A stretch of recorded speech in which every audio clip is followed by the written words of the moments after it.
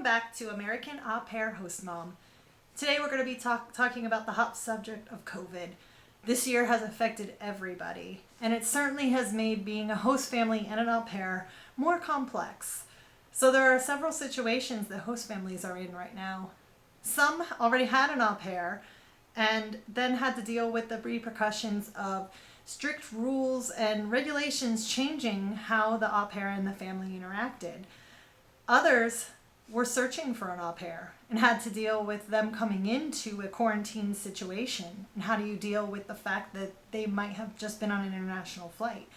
And others are dealing with, should I even get an au pair at this time? So let's talk about some of these ramifications. Obviously, no matter what situation you're in, communication is key. You want to sit down with your au pair and discuss what your family rules are. And this is true no matter if you've had an au pair for a while, or if you're looking to have an au pair, or already have matched with an au pair, or just waiting for them to arrive. You want to make it very clear how your family is handling this virus at the moment, and what's going to trigger your changes. So listing out the rules that your family is following. Are you only going out for groceries? Are you okay with visitors as long as they are also quarantining? How do you figure this all out? Make this very clear. Probably both a conversation and in writing can be helpful, especially if English is not their native language. Then empathize with them. Put yourself in their shoes. Obviously, the au pair came here for the cultural exchange and they weren't expecting to be locked up in quarantine. This can cause a lot of different emotions and feelings, and that's okay. So let them know you understand this. Ask them how they feel about it. Ask them if they're okay with this. If you had an au pair for a while and now they are coming into some new rules and changes in your family because of this unexpected pandemic, this may be a problem. Your family and your au pair may not be aligned. And if this is the case, then a friendly rematch is probably best for both of you.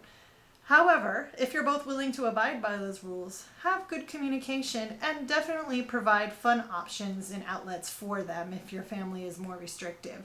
Suggest going on outdoor nature hikes or to places that are more isolated that they still might enjoy exploring. Offer some indoor movies, some nice delivery options, or things they might not normally get from you if they had more social environment. So again, just be creative about what you can offer and keep the lines of communication open.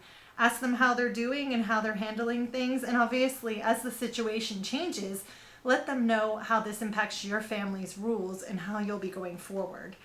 So once you've gotten through that, then there's the question of, if you're getting a new au pair, how do you deal with the fact that they may have had to go on an international flight?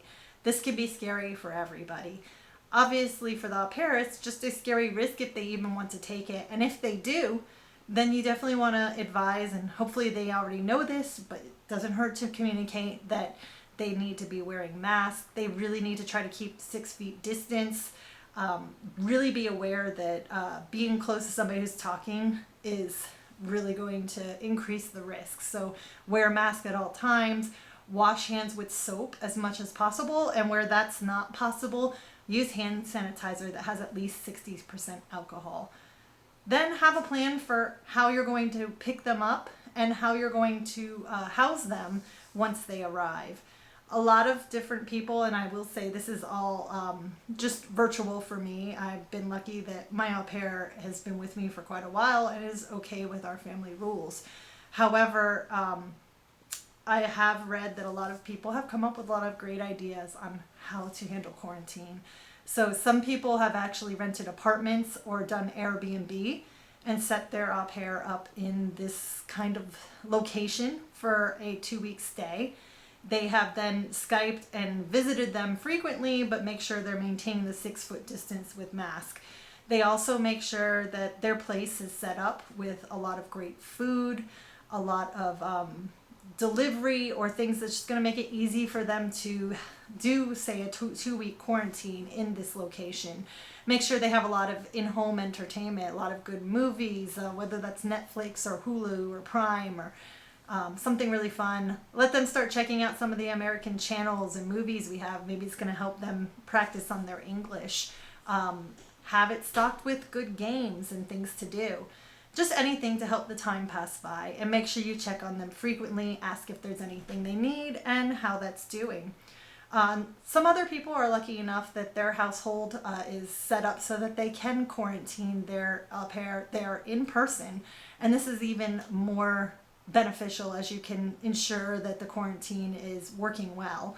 For instance, if you have a daylight basement and they can come and go through a separate entrance, you can definitely set them up here where they have their own bedroom and bathroom. And again, same kind of accommodations you want to make sure they have. A well-stocked pantry of snacks down in their room, getting good food delivered, maybe with paper and plastic so it's easy to dispose and clean. Making sure they have a lot of entertainment, Netflix and Hulu and other things to do in their room. And of course, keep close communication with them and keep checking that they have everything they need. And during these quarantine times, other things people are doing daily temperature checks, looking for symptoms. Some people are also doing testing. This is definitely a good idea if you want to be able to react quickly if they do have COVID. So maybe testing on day 2, day 5, and day 6 was a great suggestion I had heard, as we do want to emphasize you may take the test and come out negative. And this does not mean that you didn't get infected on the plane. It just means that it may be too early to tell, as the infection may show up anywhere from 2 to 14 days after exposure, which is why most people are quarantining for 14 days. However, testing on day 5 and 6 can certainly increase the probability that the test is accurate. If you get tested 24 hours in a row, it certainly can help your confidence to say that you aren't infected. But definitely proceed with caution even at this point. So those are all some great ideas. This is definitely a personal decision on yours, your au pairs, and your family's part, assessing all the risk of all involved and how you want to handle this. And definitely, again, communicate. Let your au pair know the plan. Let them know you're open to discussion and understand how they're reacting and feeling to that, and go forward together, communicating in such a way. If you are looking for tests, you want to visit your state and local health departments. They will let you know where test sites are and what the requirements are for that. And lastly, just keep washing your hands and keeping the social distance. Hope this has been helpful. If it has, feel free to check out some of my other au pair videos and subscribe. Thank you so much.